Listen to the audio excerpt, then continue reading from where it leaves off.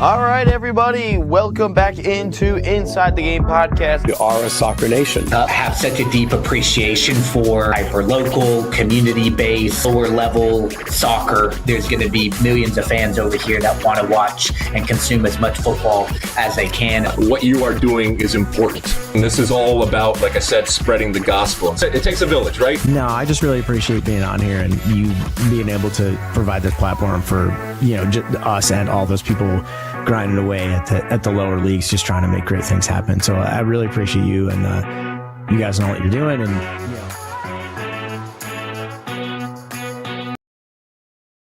All right, welcome in. It's the final World Cup. Technically, it's not the final World Cup episode. It's like the final preparation World Cup episode. My name's Ryan Glinsky, producer James Schofield in the building here today. Welcome on in. There's already a couple of comments in here, so get your thoughts in the comments. T.O. says, I can't wait. Well, I can't wait for the final. I can't wait for this show, and then especially Monday's show and Sunday's watch party. Caden, who, I hope Caden's doing all right. He says, I hope we beat France and overtake them in the world rankings. I was hoping Caden was going to show up during the Argentina-England watch party, but I think it was a good thing that he didn't show up because of what happened that day. Man, England, man. Invent ways to lose, man. Invent ways. But anyway, it's episode 323, the final preparation World Cup episode. By the next time we do one of these shows, we will have known who won the World Cup. It felt like these last couple of months have just been awesome with every single one of you guys hopping not only in the show, some of our breaking news episodes. I think we had a breaking news Fuller and Baligan one. Yeah, that was good. Yeah, I think we had another breaking news Argentina one, or whether it's the watch parties, or whether you're just commenting on our short form videos or even our shorts itself. So appreciate every single one of you guys that have hopped in during the World Cup, but we are not done yet. We've got this one. We've got Monday, even Tuesday afterwards as well. And then we've got, obviously, the Sunday watch party. Not doing a third place game because do people really care about the third place game? Like, unless your team is in it, do people actually care about the third place game? Because, like, then you're just, like, you're not playing for anything. You're just playing for third place. But, like, do people really care about that? James, would you care if the U.S. played in the third place game? I mean, I don't know. I'd watch it, but I don't know if I'd be like super invested. It'd be one of those things that I'd probably turn on and then like do other stuff in the background, Okay. Yeah. All right. I was just curious. It's good. I watch it. It's like, wow, you got to the semifinals of the World Cup, but like you lost, but here's your results. You get to play one more game that doesn't mean anything.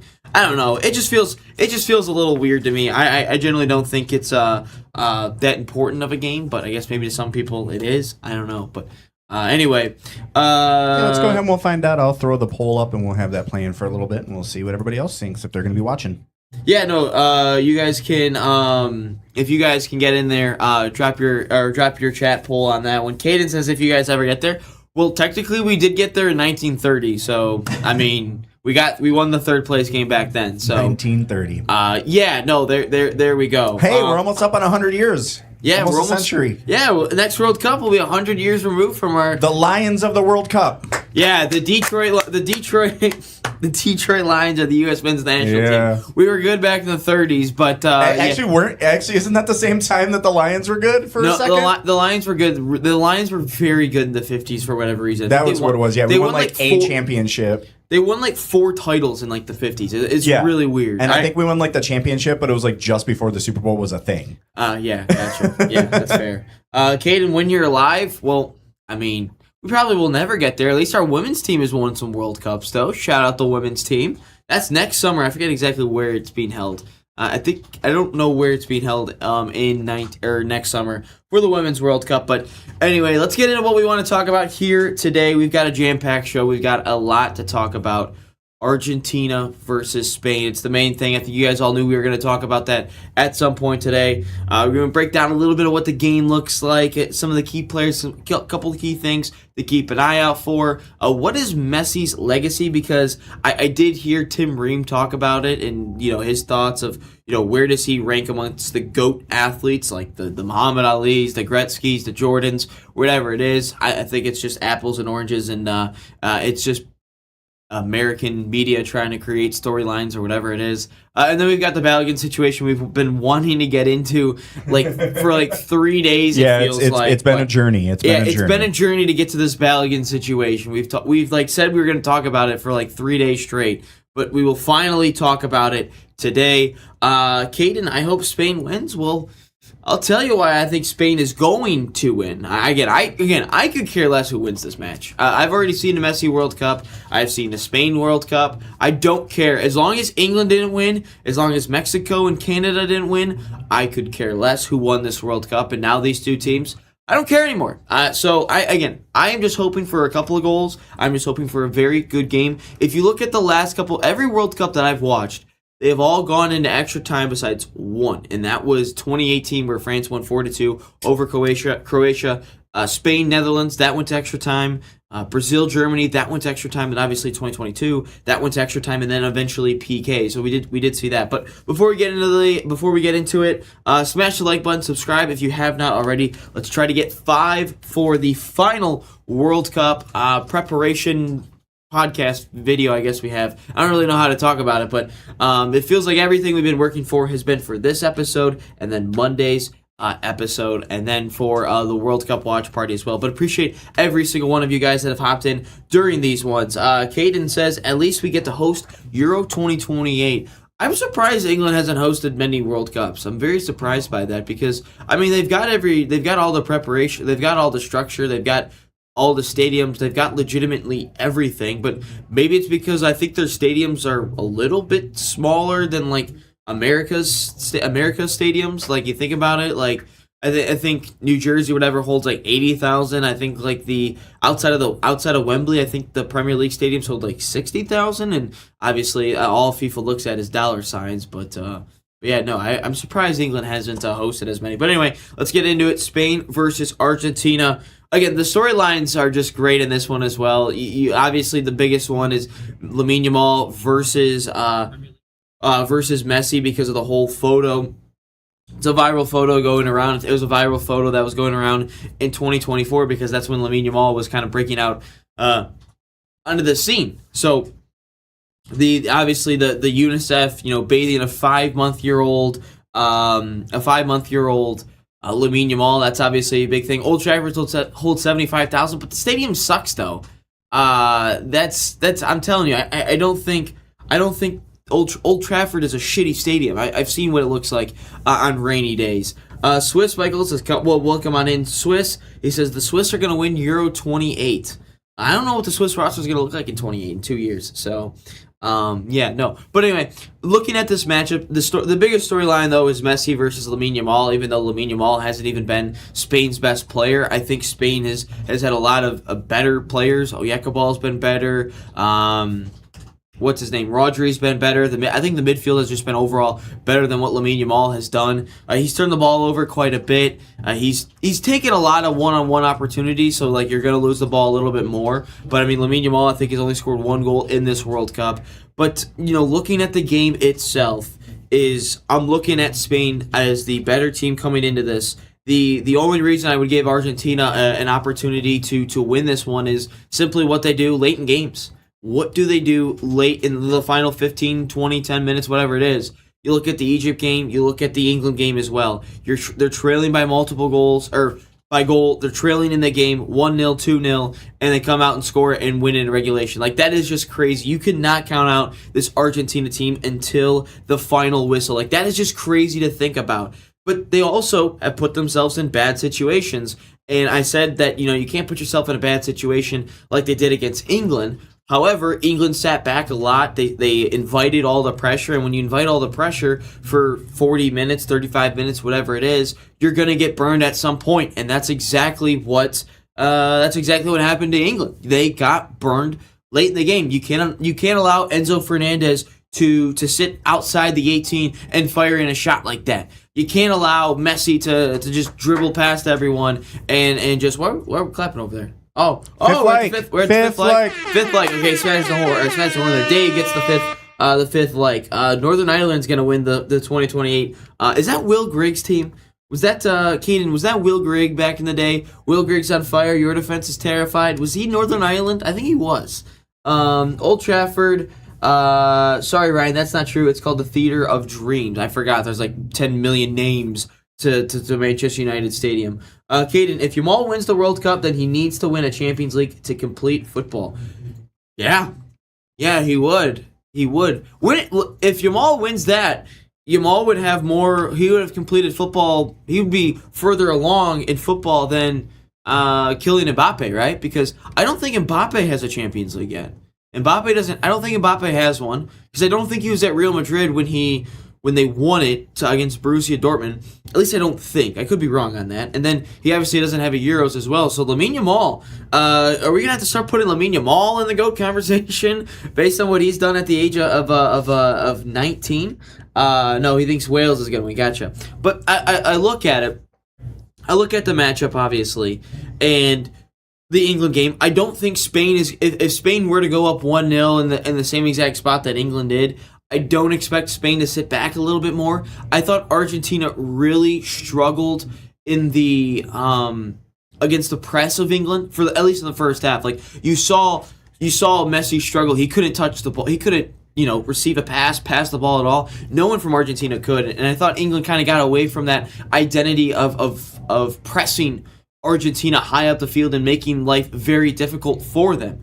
But that was a little bit tough to see, especially if I was an England fan. I'd be really furious about that. Look, there's two public enemies. I think if you're England fans though, Thomas Tuchel's obviously up there, but I mean Jude Bellingham's got to be 1B. I think both of those guys have got to be 1A, 1B because Bellingham pissed off Messi, then he pisses off Messi, and then the whole world, like all of a sudden he turns into God yet again. And you look at Thomas Tuchel and what his tactics were. So I think those two have got to be public enemy 1A and 1B. So I'd be equally upset with Jude Bellingham as I am with Thomas Tuchel. But if Spain were to go up 1-0, I don't expect them to sit back as much as England did. I wouldn't because their relentless press has created issues for a lot of these teams.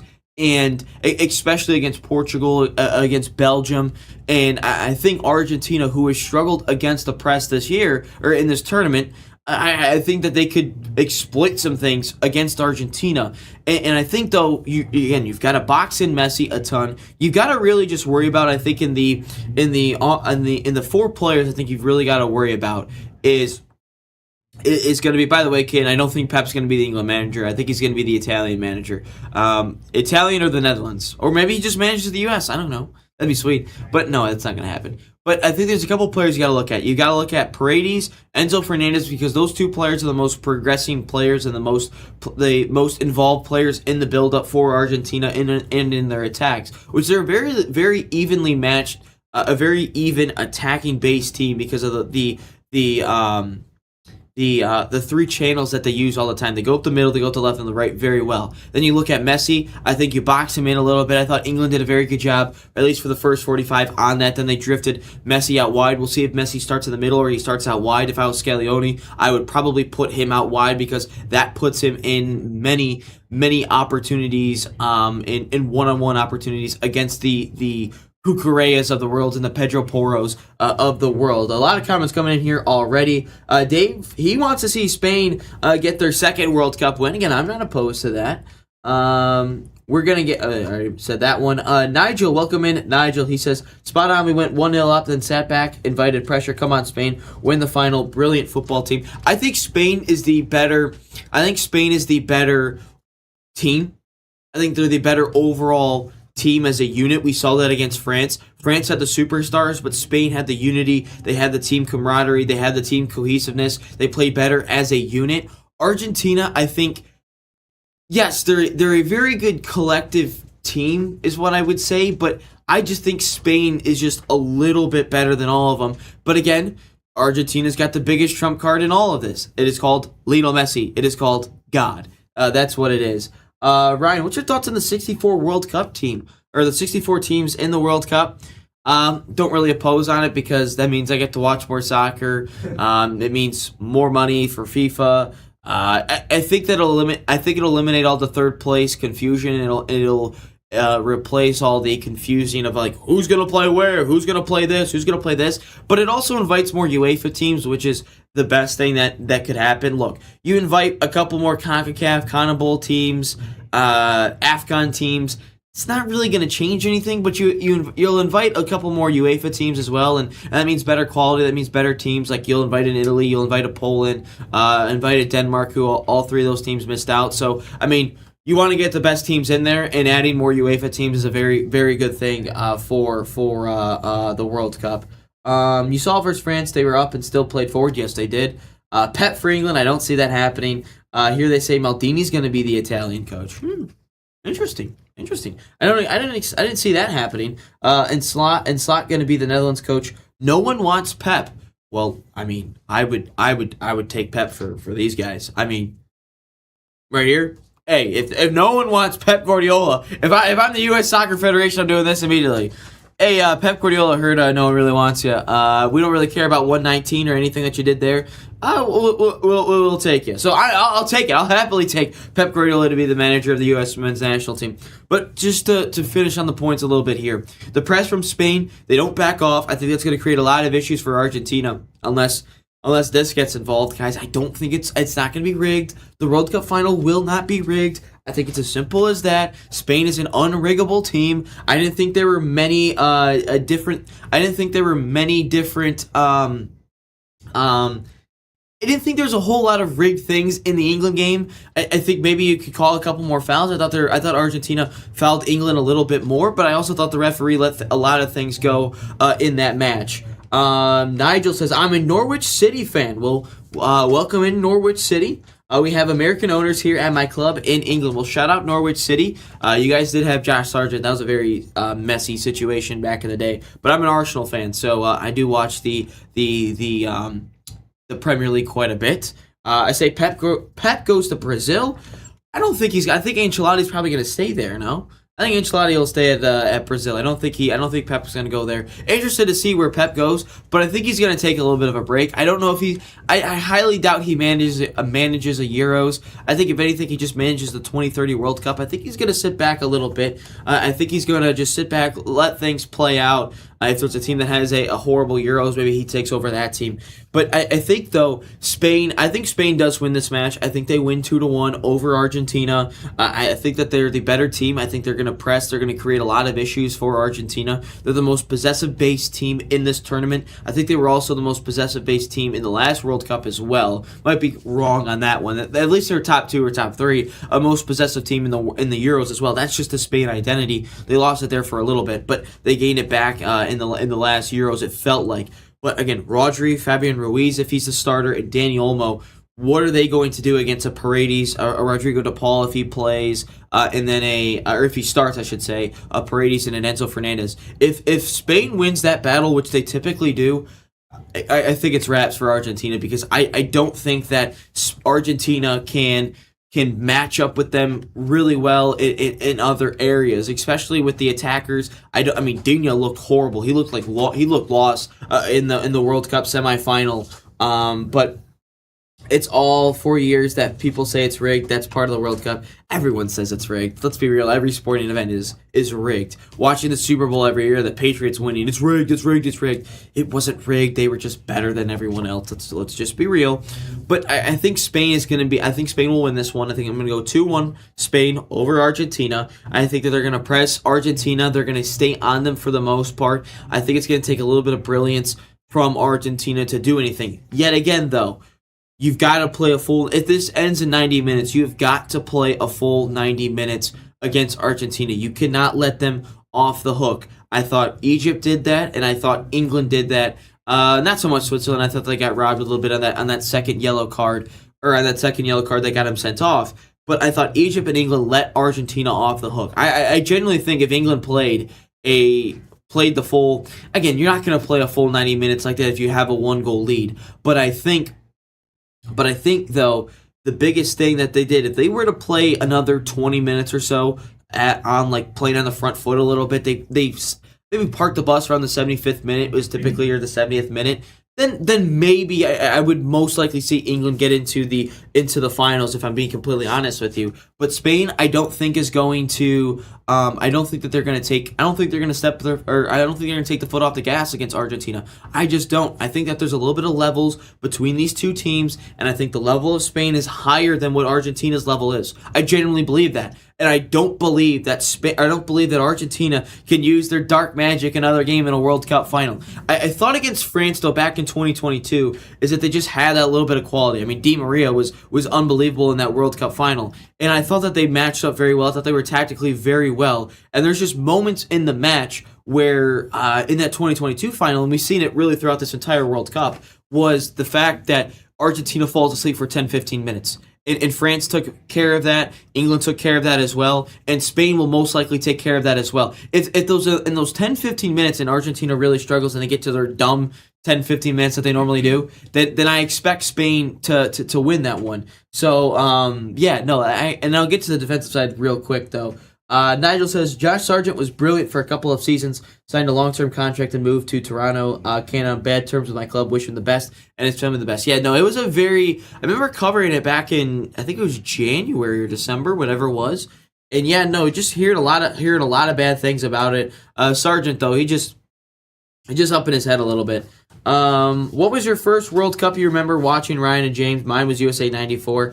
Mine was South Africa 2010. My first real moment, though, that I truly, truly remember was Rob Green dropping the ball and going into the net on Clint Dempsey's shot when the USA tied England 1-1. That was again, sorry to all the England fans in this one, but that was my first memory because that was one of the first games that I truly ever watched. James, how about you? Yeah, I mean, mine was 2026. Yeah, James is not a big I am the newbie. Guy. I'm the new guy on the block. Yeah, I mean, I've been watching it for a little bit now, but this is the first World Cup, of course, for me. So it's been exciting. It's been interesting. I've been loving watching all the stuff. And the anthropologist in me is loving all the cultural exchanges that are happening over social media around the World Cup. It's been amazing. Yeah, no, we will get into next week about everything that has happened in the World Cup. Was it a success? How to get excited for the next one, and how to keep some of our Americans that just found soccer. How do we keep them back in the game of soccer? How do we do that? We'll get into that next week after the World Cup. We're gonna have to give James a good lesson on it. But anyway, look, I didn't even mention this as well. I think, though, at times in this World Cup, Argentina's been very leaky at the back. You look at Spain, though, they've only given up one goal in this World Cup. I forget exactly who. Oh, Belgium, that's what they gave up the goal against. They are very stout defensively. They're going to press you high up the field, and I think that is where Spain wins this game. If they can take their chances. Again, they didn't have a whole lot of chances, though, against France, and I think Argentina is worse attacking-wise than against France. They didn't have many, but they took their chances very well. Spain is going to have to do that again against Argentina. But defensively, if they stay defensively strong, it'll be very difficult for Argentina to break them down. It was very difficult to break down Egypt and break down England and Cape Verde and all those teams, I thought, throughout this entire World Cup. Excuse me. But if Spain just plays their game, I think they will beat Argentina. Defensively strong. You can't let up anything silly. I mean, really, if you give up a PK, though, I mean, Messi has missed how many PKs in this World Cup? So, I mean, it's not a given that he scores a World Cup PK. It's just not a given. But if you stay strong defensively, you don't fall asleep at the back, I expect them to win. I expect Spain to win this one 2-1. If it gets to extra time, it gets to extra time. But I do believe that they're going to win this one in the 90 minutes against Argentina. And I think you will see Lamine Yamal. Again, he's got to be a little bit special as well. I think Yamal has been rather quiet. They said he's been carrying a little bit of an injury, at least leading up to this World Cup final. How much does that hurt him? I don't know. But he looks like he's carrying a little bit of an injury. Can you bring a Nico Williams off of a bench if you need to? Can he make a little bit of an impact? The subs are going to be a very big impact. I thought the subs in the Argentina-England game were a big impact. I think if you're Argentina, you've got to sit down Simeone because he was god-awful against England. He should. I mean, Jed Spence, though, by the way, Jed Spence was fantastic in that World Cup semifinal against Argentina. He was fantastic. But no, you've got to take care of business if you are Spain. You cannot allow Argentina any glimpses of life because if you do, you will get buried by it. And Argentina could win a second World Cup. We'll get to your comments real quick before we head to a break. We'll talk about the legacy that this could be for Argentina and even some of the Spanish players as well. Let's see. Swiss says, it's my first World Cup with social media. I didn't have internet till 2023. Damn. Okay. Caden, I was at the England-Argentina game, and it was segregated. If we tried getting around to the Argentina side, they would push us back. It was crazy. Damn. By the way, I did think they disrespected England quite a bit with them singing or them chanting up and down and jumping up and down when the England national anthem was going on.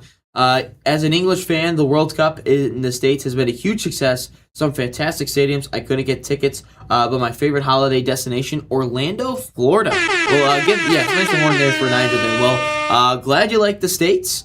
I take it, Nigel, do you then go to Disney a lot then if you're in Orlando, Florida? Ooh, Disney. I need to go Disney. back. I haven't been to Disney since 2019. Yeah, it's been a minute. I haven't been since I think it was the first season of the Star Wars that they opened up. 2019? Yeah, that was like the first season, and then I built my lightsaber, and I have not been back yet. We were there the month before it opened, back in 2019, so we just missed out on it. But glad you didn't get your lightsaber. No, I'm all right. I'm glad you guys enjoy the States as much as we do. It's crazy with the off-pitch stories as well. I found you guys, sadly, 3 weeks too late. Well, I'm glad you found us. And it's never too late. Again, this podcast doesn't end after the World Cup. We still got a whole bunch of stuff to get into, by the way. And then you can make fun of us with all the other sports that we get rowdy about. Yeah, as well with the Lions. And again, we haven't even gotten to the Lions season yet. Yeah. And that's, again, I'm not expecting a very successful Lions season. I expect them to make the playoffs, but nothing more than getting to the Super Bowl or anything like that. I get them in the playoffs, first game, gone. That's what I'm thinking for the Lions. Yeah. And you are correct, Swiss. They could win back-to-back World Cups as well. But anyway, and then by the way, in the chat poll, if you haven't voted in it as well, 83% of you guys said you guys will be watching the third place match. Okay. I guess more people care about the third place match than I thought. But anyway, all right, we'll move on into the next topic. We'll have about the legacies of the different teams. There will be a lot of trash talk about during NFL season. But we'll talk about the legacies of what it means for Messi or Lamine Yamal after this one. But anyway, don't go anywhere. Inside the Game 323. We'll continue right after this. Welcome to the National Soccer Network, your home for soccer. One destination, every match, every moment. Built for players, powered by passion. Live games, highlights, and more each and every day. Only on the National Soccer Network.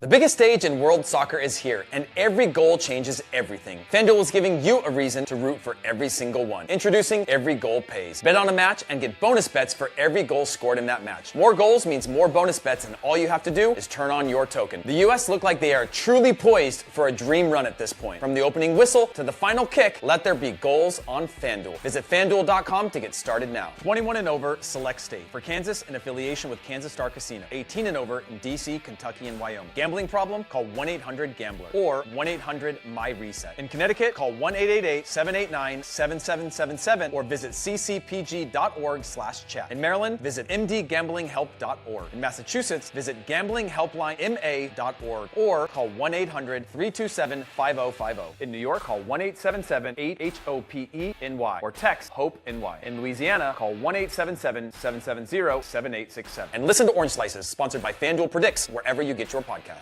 Great game footage starts with Vio. Now a pass deep and up front. With NSN, we can transfer your Vio footage into a professional broadcast. Elevate your Vio experience today. Call 248-525-2083. Opportunity and a shot and a goal! The National Soccer Network, your home for soccer. All right, welcome back into it. I like the white there. We just talked about Star Wars. I had to do it, bro. I like the Star Wars I white had to there, do it. James. Episode 323, rolling on here. But James saw a comment from Nigel and needed. Yeah, oh my gosh, I got so excited. Nigel, bro, I have not been to a Ponderosa in years. Is it still down there in Florida? Have you been there recently? Because if so, I'm going to have to make a trip. All right, I've never heard of Ponderosa. It's like if a steakhouse met like casual dining, because it's like it's got really good steaks and they do awesome, but then they've also got like the full like salad bar and everything like that you would get at like a casual dining place. Okay. So it was like perfect. I loved it. It was so good. Their mashed potatoes. Fair enough. But anyway, 323 continues on here. Let's get into our second topic, which is what are the legacies for these players? Messi's legacy, but I also believe Lamine Yamal's legacy as well. So looking at Messi's legacy, again, no one has won back-to-back World Cups, I believe, since Brazil. James, you'll have to fact-check me on that one, which would be Pele back in 58-62 or 56-60. I forget exactly when Pele won his first World Cup. It was in the 50s, I know that. That was at the tail end. And then obviously he won 3 World Cups. But again, Messi, this is his 3rd World Cup final. He obviously lost in 2014 to Germany, and then he lost to, which, by the way, Argentina's stretch from 2014 until now has been unbelievable. You get to a World Cup final in 2014. Horrible success in 2016 Copa America. 2018 was a debacle for them, and everyone thought that was going to be Ronaldo and Messi's last World Cup. Little did they know they'd play 2 more. And then they win the Copa America leading up into the World Cup in 2022, and then that's obviously they won the World Cup, greatest sporting event, by the way, that I've ever seen from a neutral perspective. And then they win the Copa America again in 2024, and now they're in the World Cup final again in 2026. 12-year stretch. Unbelievable. And again, you look at legacies. What does this mean for Lamine Yamal? Honestly, though, let's start with Argentina and Spain. We talked about this yesterday.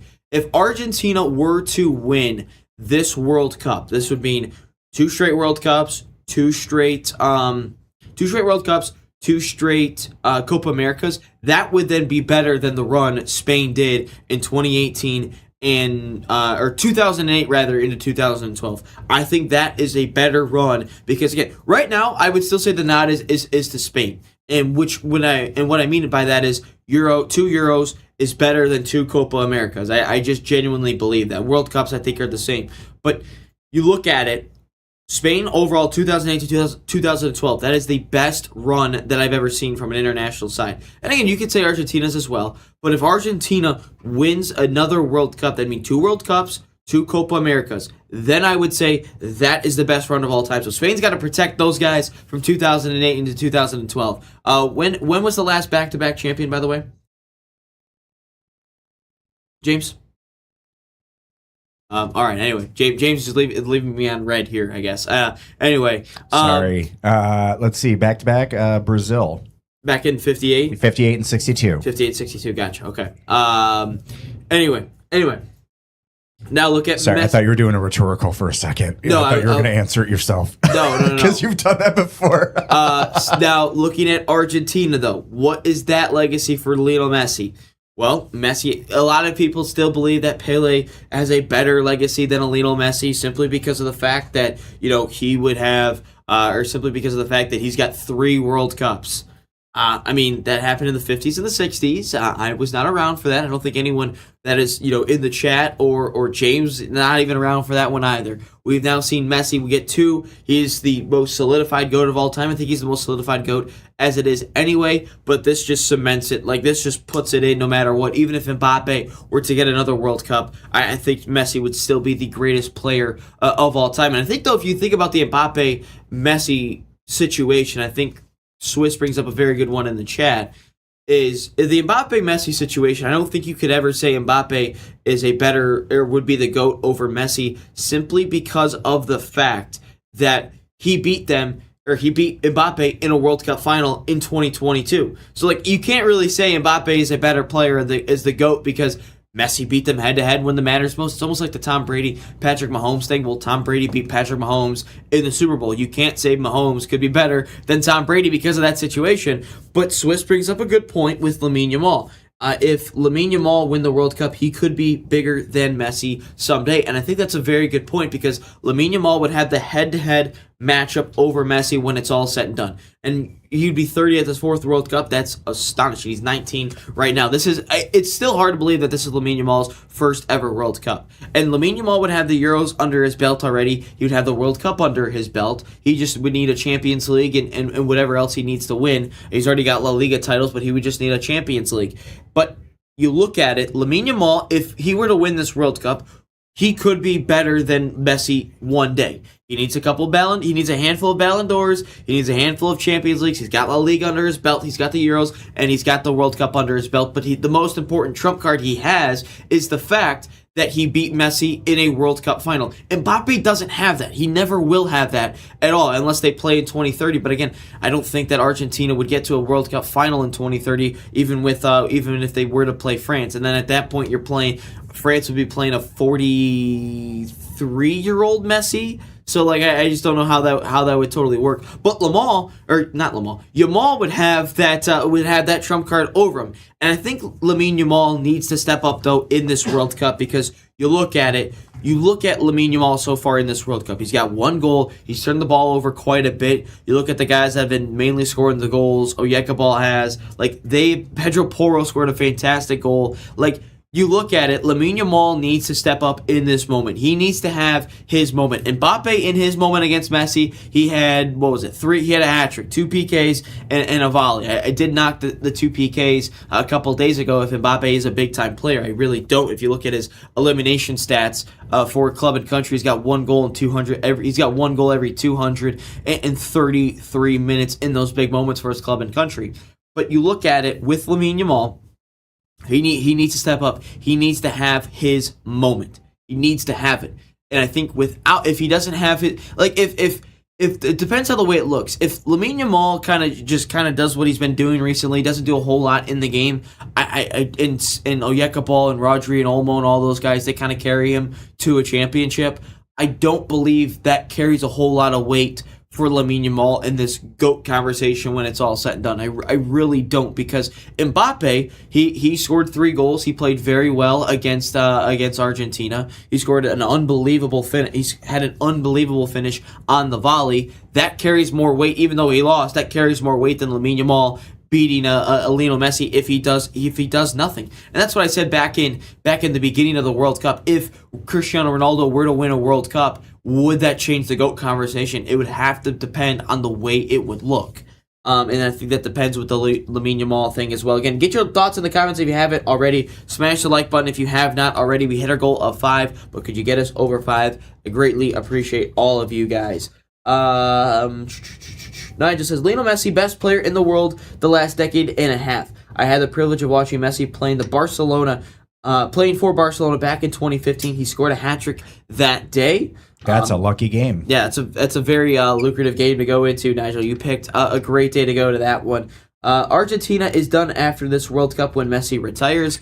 I would agree with that one, Swiss, because, I mean, really, if you look at Argentina, I mean, there's definitely some pieces that they could build off of. I mean, Emi Martinez would probably still be there. You've got a Julian Alvarez you can build off of, and Enzo Fernandez. Like, there's a lot of pieces that they could build off of, which, by the way, if Caden's still in the chat, why isn't what happened to Alejandro Garnacho? Whatever happened to that man? He's really fallen off the face of the earth, and Xabi Alonso told him yesterday he doesn't want him a part of his future plans. But there's this Argentina team. It's constructed very weird. Like, I don't think people realize it. It is a very weird construction. It's like these players, like, all they care about is Messi. Like, it's weird. Like, sometimes you get it in the box and it's like, dude, shoot it. But instead they pass it back to Messi to try to get his goal. It's like they're only satisfied with Messi scoring a goal. It's very weird. I don't understand how it all works. But the construction of this team is it's centered heavily on what Lionel Messi does. And if you look at this generation, the Julian Alvarez's, the Lisandro Martinez's, the Enzo Fernandez. I mean, Messi was going to quit the Federation, I think, right after 2018 or right after 2020. And they wrote letters I think it was 2018. They wrote letters to Messi, those young players, Fernandez and Julian Alvarez, those types of players. They wrote letters to Messi saying, we want to play with you. We want to be, representing our stripes with you on the world stage. Messi, almost quit the Federation, comes back, and he ends up playing, and he's been in the best run that I've ever seen an international side go through.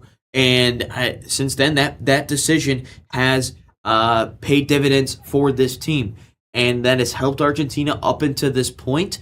And I think that is why they're in such a great run, because those players would die for Lionel Messi. It's a very weird dynamic. I've never seen any team or any player do that, because you look at Portugal, you don't have that dynamic with the Portuguese players towards Ronaldo. You just don't. You had João Neves saying, like, he's just another player. He's just another guy out there, with us. And that's a good point, though, Swiss. It's the same thing with Maradona. I mean, Argentina struggled post-Maradona for quite a bit there. They didn't get to a World Cup final till 2014.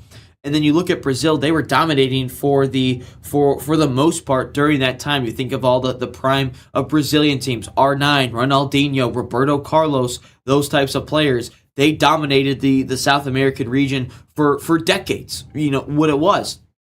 And then you think of Argentina; they struggled for decades. They get to a final into 2014. Obviously, they win it back in 2022, and then another final here in 2026. So the dynamic after this Argentina team, if Messi were to retire, because I do believe Ronaldo and Messi could very well feature in 2030. And why do I say that? Well, the World Cup rosters, they're 26 players on a roster. Realistically, 7 or 8 will never touch the field, even if there are injuries. Even if there's injuries, 5 of them probably will never see the field. And you look at Ronaldo, he's in great shape still. I know he announced his retirement, but I just don't see him bypassing a home World Cup in 2030. I just don't. I think he's going to be on the roster. I don't think he'll ever play. I think FIFA will hand up Portugal against like a dog shit team, and he will feature at some point in that match just to give the fans what they want. They said that the World Cup would start in South America, in Argentina, in Uruguay, because that's the 100 anniversaries of World Cup. I could see Messi doing the same exact thing, just making an appearance in the World Cup. That's just me, though. That's just what I see happening in 2030. I know they'll announce their retirement. I don't see those players playing in the Euros. I don't see Ronaldo playing in Euro. I don't see Messi playing in a Copa America. But I could see 100% those players playing in the 2030 World Cup, because they're just not human. They are in unbelievable physiques of their life. They're in great peak physical performances. I could see those guys playing in it at in those 2030 World Cups. Not being a big factor, but at least making an appearance. Nigel says Spain have quality all over the pitch and deserve to be in the final. They keep the ball so well. I hope they win the final. I love the Spanish culture and the people. That was one of the reasons why I think Spain ultimately wins this matchup, is because them keeping the ball, them dominating the possession, pressing high up the field. Their outside backs get involved in the play a whole lot. The only Spanish player I dislike is Cucurella. I just think he's a bitch. That's just my personal opinion. Him and Pedro Porro, they get high up the field. They help in the attack. They help with the press. That could create a lot of problems for Argentina, and I see Spain winning this World Cup. Experience also a big thing in this year's Argentina team. I think it's a very good point. I think that they are well experienced. I think a lot of those players, McAllister, Rodrigo de Paul, Alvarez, Messi, Martinez, Lisandro Martinez, Otamendi, those players played in the World Cup final back in 2022. They've been to a final, but let's also not forget to mention this Spain team has been in a Euros final. They won the European Championships back in 2024. So they are used to the big game moments. And from what people tell me is that the Euros are harder to win than the World Cup. So by theory, and in theory, they've been in a harder spot than Argentina has. So, again, continue to get your thoughts about the game. I will touch on the Fuller and Balogun situation. It took us like 3 days to get there, but we're finally going to get to this one. We're going to step aside here. We'll get to our final topic and question of the day right after this, so don't go anywhere. 3:23, we'll continue after this. Great game footage starts with Veo. Now a pass deep and up front. With NSN, we can transfer your Veo footage into a professional broadcast. Elevate your Veo experience today. Call 248-525-2083. Opportunity and a shot and a goal!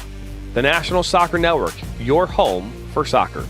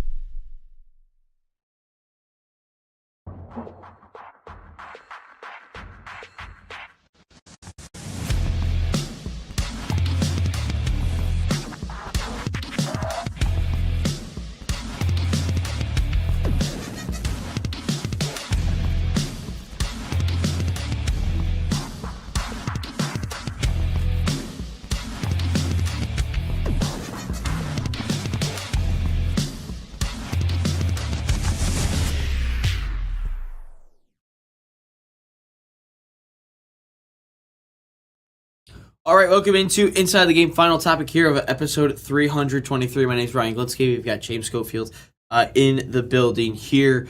I just saw this interesting. I know we got a couple of England fans in the chat here today. In 2024, Pep Guardiola had a verbal agreement to become England's national team coach. Instead, he extended his Man City contract until 2027, but ultimately left before that expired, as we do know that. And yeah, could he manage England? I don't know. But anyway, let's talk about it here. Whole Germany loves you for dissing Cucurella. Yeah, no, I don't like Cucurella. I genuinely just don't. But let's get into the Flo Balogun situation. He came out with a couple of comments the other day. We wanted to talk about a couple of days ago. We wanted to talk about it yesterday, but ultimately just ran out of time on that one. But James, we want to throw up the quote there about Fuller and Balogun and what he had to say about it. Balogun, when I kind of started to reflect, I knew, and this is about the overturned red card, but he says, when I kind of start to reflect, I knew it was going to cause a lot of controversy, and I could almost see within my teammates a bit of nerves because it's something that's so unique. And he talks about it being, him being, nervous about the situation, the team being nervous about the situation. Then Tim Ream earlier, or actually yesterday, Pep for Tuchel, maybe. And then you look at yesterday as well. Tim Ream, he talked about he had his thoughts about the situation. Obviously, he was the captain of the team, and he talked about it, saying that the players were actually excited about it. The U.S. men's national team players were happy for it. They thought that they were thrilled that Balogun would be playing in the match, and that they thought it was crazy that this was going to be overturned. And I think that there's a little bit of a weight to saying that to both sides there. And I think for Balogun's situation, it's such a unique situation. It's such a crazy predicament because, when has a president of a country got involved in overturning a red card in a World Cup or a Euro, I mean, just any game in general, any game of soccer in general, whether that's a Champions League match or Euros or a Premier League match, like, that's just crazy to think about that, let alone a World Cup. I mean, I don't think a red card has ever been overturned since, I think, the 60s, I think is what they said about it. But, thinking on the matchup here, or thinking about the situation, I think that hurt the team a lot because you have all the outside noise. Tim Ream mentioned that as well. A lot of outside noise, a lot of eyeballs were going to be on this match. And I think genuinely the Fuller and Balogun situation hurts this U.S. men's national team. And I also think it hurts the Balogun situation hurts the way the U.S. men's national team is portrayed now. I think their reputation is hurt. I think that's the better way of saying it. The Balogun situation hurt the reputation of the U.S. men's national team because now everyone around the world thought prior to the World Cup, it's U.S. men's national team. They got a couple of pieces. They play hard. They're difficult to play against. And then all of a sudden you bring in the whole President Trump situation or how much he got involved, the U.S. Soccer Federation, how much they got involved, we do not know exactly. We can only assume how much those higher-ups got involved with the Balogun situation. But now the rest of the world ultimately will think, well, they got involved on it. You needed help from your president. You needed help from your higher-ups to get your player back in it. So that's going to hurt your reputation for the U.S. men's national team. And I think everything that they built up into that point hurts the reputation quite a bit. And I think that's a sad thing to see from a U.S. men's national team fan who's been a fan of the team since 2010, has watched just about, every single competitive match. May not have watched every single friendly, but have watched just about every single competitive match. And I think that hurts what they've been building up to. And I think that's a sad thing to see because I felt like for the first time ever in a World Cup, whether that's a Copa America, it felt like everyone was buying into the team a little bit. It felt like the world was kind of seeing like, yeah, they might have a little bit of players. They might have a little bit of respect from every single one. So that was a little bit of a sad thing to see simply because of that fact, because it felt like they were building something special from that point on. If they lost to Belgium, I think honorably, I think nothing would have changed. I think everyone would have respected them a little bit more. I think the world would have respected them a little bit more. But you know what? You lose in that fashion to Belgium 4-1. That's just gonna be what happened. So that was a little bit sad to see. Swiss mentions, I know it's dreaming, but if USA said no, we don't let him play anyway, USA would have won so many fans and hearts. But now USA Forever is booed because of Trump. Yeah, I think that's definitely a little bit of partial. I think it's partially to it. I just don't think that hurts them. I don't think that's hurts them in totality. At least my perspective, it's I think a lot of USA fans' perspectives, it might hinder a little bit, but I think overall to the world, I think that this was a World Cup that ultimately could have earned the respect of everyone else, and I just think that that hurts them a little bit based on the whole Fuller and Balogun situation, and I think though leading up into that World Cup match against Belgium, I looked at a guy like a Fuller and Balogun is wow, this guy is going to be the new face of the U.S. men's national team. This is the new focal point of the U.S. men's national team. Christian Pulisic is not the face of the U.S. men's national team anymore. I think it is Fuller and Balogun now, knowing his performance and what he did in this World Cup. He played in every single match. Does the whole President Trump thing hurt him a little bit? Yeah, but I think if you were to ask any single person around the world, when the U.S. men's national team comes around, who do you think of? They would probably say Balogun over Christian Pulisic because A, he scored the goals, scored against Bosnia, scored against Paraguay, scored against Australia. Did he score again? No, he did not. He did not score against Australia. But I think he's the new face because also if you look at Pulisic, the last 12 months, he's been rather a bitch. He really has. Pulisic has just been a whiner and a crybaby the last 12 months. Landon Donovan, the old heads, they've been beefing with me. They've been crying about it. Then the whole Gold Cup situation, how they're going to sit out and Pulisic doesn't want to play. And then in this World Cup, he only plays realistically one game, 145 minutes. Those first 45 minutes in the World Cup against Paraguay were great. It was an unbelievable performance. Like that was a great performance.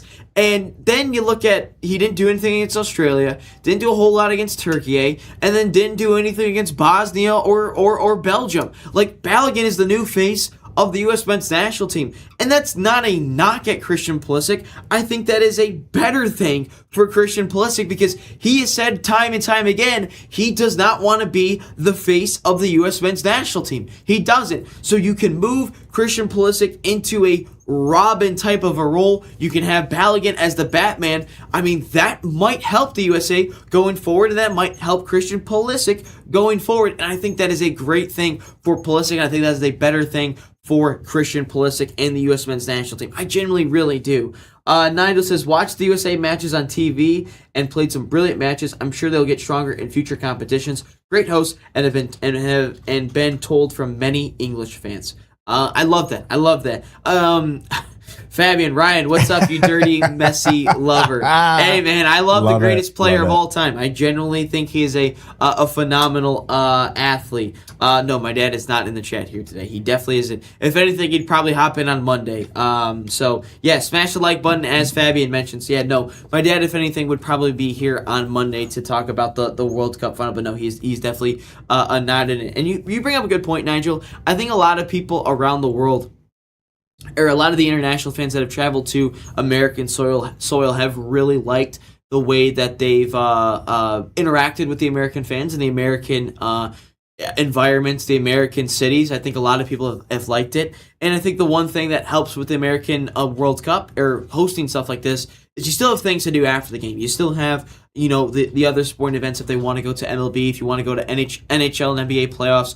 We're still going on around that time as well. If you want to do that, you can, and you've got everything built. And a lot of people stay open till midnight, 2 a.m. So a lot of things going on. Swiss and Trump destroyed it. Trump wants to be immortal in football. He will be. I thought it was so funny last summer when he got involved with the what was it? It was one that Chelsea won, the Club World Cup, I think is what it was called. Yeah, Club World Cup. Sorry, just completely blanked on that one. It was really funny seeing him get in the trophy presentation of the Club World Cup when Chelsea, Reece James is lifting it up and Trump is just in the middle of it. I thought that was hilarious. I wonder if he'll do that the same thing on Sunday. I'm very curious to see if he's whether it's Argentina or whether it's Spain, if he just sits in the middle of it yeah. That was really funny. That's something to keep an eye out for in the trophy presentation on Sunday. I think all Messi lovers should all move to San Francisco. I don't believe that. I don't believe that should happen, Fabian. But I understand what you're saying. But I understand the silver line or the little bit of the hidden message there. I just get it. You're just butthurt that Mbappe lost, and he is no longer going to be in the GOAT conversation for greatest player of all time. Fabian, don't worry. It says James, don't hang out with Ryan. Don't worry, I'm only doing it because I'm paid too. Yeah, no, James only comes in if he's getting paid to. So right. He only does that anyway. But no, again, if you missed what I said earlier in the game or earlier in the podcast here today, I do believe Spain wins the World Cup 2-1 against Argentina. I think they win it in the 90 minutes as well. But I think Spain is going to win this World Cup. They're going to have their second World Cup in 16 years. And I think Argentina is just going to fall a little bit short in this World Cup. But, again, if you've got any predictions, you will see us doing a they're always butthurt. Are they, though? Are they really butthurt, though? But, again, you will have a watch party for this as well on Sunday. Tune in. We'll go 15 minutes. We'll go live 15 minutes before the World Cup. James and I will be hanging out for that one. But anyway, let's get into. Dude, it's not rigged, by the way, Fabian. It is not rigged. By the way, in 6 minutes we do have our members only content as well. English people love the States. Very competitive at every sport they play. Good example, the Ryder Cup. Golf. That's what Donald Trump loves. Yes, he does love his golf. I think every person above the age of 50 loves golf. So, did I ever see the video about Messi fans talk about Ronaldo and Ronaldo fans? Big difference. Messi fans have no respect. Well, if you look at the Argentina fans, though, recently. I mean, they're jumping on the England flag after the World Cup, after they won the match. You saw them, fight the England fans after the match. Like, I think it's a lot of the Argentina fans don't have a lot of respect for a lot of other people and other players. So I think you were onto something onto that one, Swiss. But let's get into question of the day here, James. Yeah, I mean, since we're coming up on the tail end, what are you doing the day after the World Cup, Muddy? I mean, we got our podcast, obviously, but what else are we doing the day after the World Cup? The day after the World Cup, what am I doing? So Monday, obviously doing the podcast with you guys. Just another manic Monday. Doing the podcast with you guys, 100%. Yep. And then probably, create my social media videos. If you have not followed us on social media, make sure you guys do that. Oh, please. Did you post the latest goal freakout video that you made? Yes, I did. Yes. I did. Nat Soccer TV on Instagram and also National Soccer Network here on YouTube and on TikTok. You guys can absolutely do that. But most importantly, the day after the World Cup, I'm probably going to take a nice long nap, probably. Probably sit there and just reflect on, like, damn, Fabian, you're not a bad influence, man. You make us laugh, bro. You've got some insane comments, dude. Like, some really out of pocket comments. I'm not gonna lie, too. It's interesting. And also, Swiss, that's a good point. Countdown to the days of the NFL season. I'm more of a college football guy, Swiss. So I'd be counting down the days until Bryce Underwood breaks my heart every single Saturday because, god damn, he can't throw a 10-yard pass. For the love of God, dude, he can't throw a 10-yard pass. I would say after the World Cup, reflecting, I'm like, man, we just did all of that work for a month and a half, whatever it was, and then get the podcast in on Monday, and then probably tell John I'm gonna leave early that day so I can just go in my pool. That's probably what I will. That's probably what I'll do. You know what? That sounds good. Yeah, you know what? The pool does sound nice. I mean, it all depends on if I can breathe the air at the pool by then. Yeah, I think we'll be good. Hopefully we'll be good. I think we're good today, honestly. Yeah, I mean, we're getting better. What's the air quality? Do you know? What's the air quality? Yeah, so last air quality, it's still pretty bad. It's at 373, but that's better than when it was yesterday morning. Yeah, yesterday morning was like 476, I think. Yeah, so I might hit up the pool if I can. If not, I'll be honest, like, I've been neglecting, I'm a gamer, like a video gamer. I've been neglecting my video games, obviously, because, every time that I... games in, like, months either. That's my thing. Like, every time I could play, it's like, oh, shoot, there's a freaking match on. I got to go watch that. Yeah. So, yeah, I'm going to get back to my gaming. I'm going to play some video games like the nerd that I am. Yeah, gotcha. No, I will definitely tune into some gaming as well. I want to play FIFA. I haven't played FIFA in a long time. James, imagine Ryan is a Bruno Mars lover. Well, I do like Bruno Mars. Yeah, he is. He is definitely a Bruno Mars lover. So, I love Bruno Mars too, though. So I do enjoy Bruno Mars. I thought he had a great concert back in Detroit earlier this summer. Damn, college football, I don't have a clue at all. Swiss, the reason I like college football more than the NFL is because growing up, the Lions were just horrible as always. Michigan was a little bit better. They were competing for a lot of stuff, so that's definitely why I got involved. Again, I still love the Lions. Don't get me wrong. Like, I still follow the Lions and every move they make and whatever they do. Like, I still tune in every Sunday. But I just have a little bit more passion towards Michigan football rather than the Lions simply because of that fact. So yeah, no, I do love that. Nigel, I'm glad I tuned in. This is a great channel. I'm glad you tuned in. James is Bieber fever. Yeah, no. Oh, that's right. We do have the halftime show as well. Gosh. We do. Maybe we'll just talk about that in a minute and a half. Yeah, we probably will talk about that in the that'll be our members only. Members only portion of it. I'm glad you tuned in, Nigel. We do this every Monday through Friday. So make sure you guys, again, if you guys want me to do Champions League watch parties, I'm very interested in doing that one once Champions League gets rocking and rolling here. Yeah, no, we can make the watch party Tour de France next week. No, I don't want to do a tour. I don't think I've ever watched a Tour de France. I generally don't think I have. The Miami Hurricanes are dogs. Yes, they are. I was sad that they didn't make they didn't win the national championship back then. Yeah, no, Fabian, we enjoy all the laughs. We appreciate every single one of you guys. Nigel, who just hopped in today as well. Fabian, Swiss, Dave, Lola, and Frank. You guys have been a part. Caden as well. Goncalvo, Fred, all of you guys have been a part of this chat. Tio as well also hopped in today as well. You guys have been wonderful throughout this entire World Cup journey, and we still have one more watch party to do. We also have members only on the other side of this. So thank you guys so much for all the support during the World Cup. We've got one more watch party to do, and then eventually we will get into all the club stuff going on. But if I don't see you guys in the members only, we will see you guys on Sunday for the World Cup watch party. So again, until next time, so long.